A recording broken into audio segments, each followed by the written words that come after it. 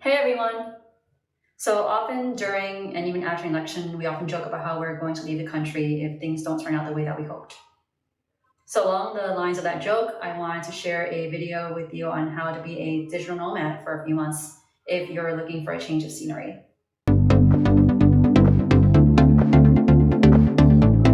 Hey everyone, I'm Star Tower, your financial fitness coach, here to empower you to become financially healthy and to live the life and retirement that you and your family deserve. Welcome to Fitness Fridays, where I give tips and advice on how to kickstart or continue on your financial fitness journey. So with the election behind us, you might be feeling like it's time for a change of scenery. Whether you're seeking a fresh perspective, looking for adventure, or even just needing a break from all of it, being a digital nomad could be a perfect solution for you. So in today's video, I'm going to share about what you need to know to leave your country temporarily and to live and work remotely as a digital nomad in another country. So let's dive right in. So I've been a digital nomad for about 5 years now. It all started during the pandemic when we didn't have to go into our office for work. And I wanted to take this opportunity to explore what it was like to live in another country because I've been in the United States my whole life. So for the first year, I lived for a few months in Aruba because that was the only country that was open to Americans. This was at the height of the pandemic, and we were the #1 country in terms of coronavirus cases. So other countries were not necessarily letting us into their country. And then for the last 4 years, I've been living out of Spain part-time. All right, so you're ready to pack your bags and take that leap. So let's talk about preparing for that digital nomad adventure. I'll share some key steps and decisions I made when I was preparing for my digital nomad adventure. Because I knew that I was going to be working remotely, I chose a country that had good digital infrastructure, such as strong Wi-Fi and maybe some good co-working spaces.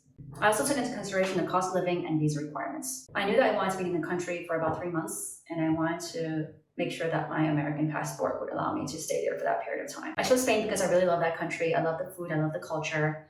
I wanted to improve my Spanish, and I knew that the standard of living would not be as costly as it was here.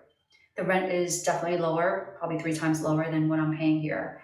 I would be able to maintain my lifestyle, eat out, explore, and just live comfortably overall.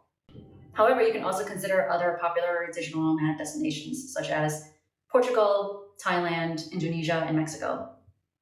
So before embarking on that digital nomad venture, you want to make sure that you have the means to support that venture. So if you already have a discretionary fund or you have savings put away to help you sustain that adventure, or you're already working at a job that allows you to work remotely, then great. But if not, start looking for remote work opportunities or freelance gigs. Websites like Upwork, Fiverr, and Remote OK are great places to start.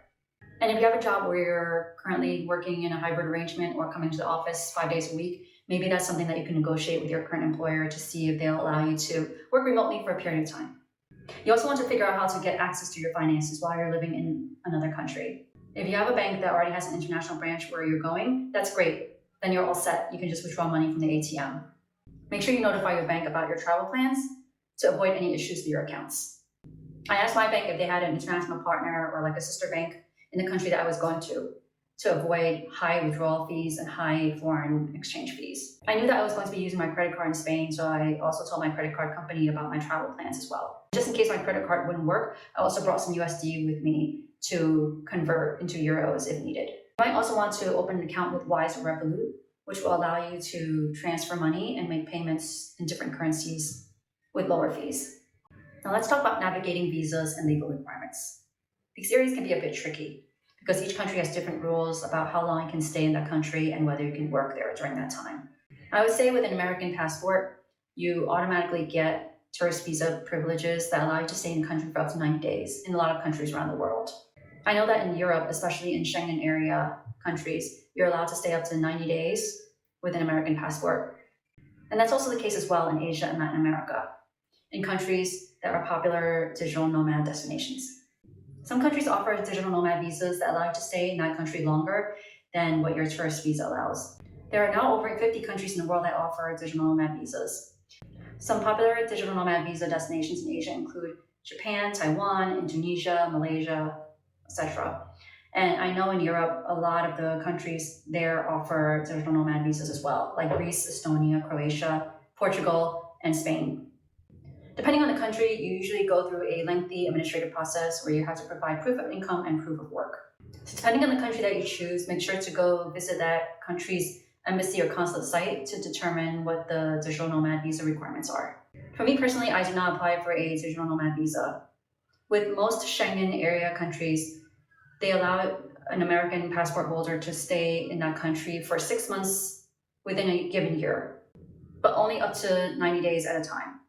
So after I stay in Spain for 90 days, I would have to leave the Schengen area for another 90 days, where I either go home or I go to a non-Schengen country. And then after that 90 days is over, then I can return to Spain or another Schengen area country. Now let's talk about taxes. So while we can leave our country behind for a bit, we can't leave taxes behind. So let's talk about taxes right now. So usually, because I'm on a tourist visa where I can stay in a country for up to 90 days, I just usually pay US taxes. And with Spain and probably other Schengen area countries, if you don't stay more than 180 days, you don't have to pay taxes for that country. You only pay taxes in your home country. So for me, I know that I only live in the Schengen area for up to 6 months in a given year, so I don't have to deal with double taxation, where I pay both the United States and the country I'm living in, as long as I keep my stay below 180 days. So depending on the country that you choose for your digital nomad adventure, I encourage you to figure out the taxes for that country if you decide to live longer than your tourist visa warrants. Now let's talk about tips to stay productive as a digital nomad while living in another country. Here are my top tips for balancing work and travel. So while I'm working remotely, I want there to be as little disruption as possible to my work schedule. I want my work schedule to be as seamless as possible, where my colleagues don't even know that I'm working from another country. Usually I set a work schedule that aligns with my employer's time zone. So that means I work US hours in Spain, meaning that I schedule all my routines around my work schedule. And usually that works out because Spain is usually 5 or 6 hours ahead depending on daylight savings time. And that means I can get things taken care of, go to the gym, run some errands in the morning, and then log in around 1 or 2 in the afternoon, and then work 8 hours until the evening. And in Spain, everyone eats late anyway, so it works out in terms of getting dinner with friends or just eating dinner after I log off of work. You also want to be able to find a good space to work out of, whether that's a co-working space or your apartment.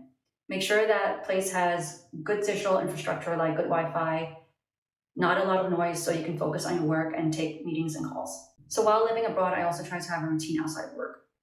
So usually I live a lifestyle similar to how I live in the US. I set up a routine where I'm able to keep myself busy, I'm able to explore the area, and I'm able to meet people. So I usually take classes like Spanish classes, gym classes, fitness classes, and then during the weekends, I go on excursions to little towns outside of where I'm living in Spain. I also go to intercambios, which are language exchanges where I get to practice my Spanish and help people with their English. This allows me to meet both locals and expats living in that country. So even though I'm living a very exciting digital nomad life, I do get homesick sometimes. I miss my friends back home, so I make sure to stay connected. I do a lot of FaceTime or WhatsApp calls with my friends back home on a regular basis, just to catch up with how they're doing and to update them on how I'm doing. And last but not least, let's talk about money. Financial fitness doesn't stop when you go abroad, so here are some tips to help you make the most of your digital nomad experience. Build an emergency fund. Make sure you have at least 3 to 6 months of expenses saved up before you embark on your digital nomad journey. This will give you peace of mind if you have unexpected expenses or you need to return home sooner than you planned. Also, make sure you have a budget for your expenses. Sometimes the excitement of being a digital nomad can override your budgetary planning, and this can cause you to end up spending more than you'd like. You don't want to come back after your digital nomad adventure and be in debt or be worried about your finances. So for me, I always set a budget of how much I plan to spend on a monthly basis. I take into account my rent, the classes that I want to take, the traveling that I'll be doing, and my living expenses.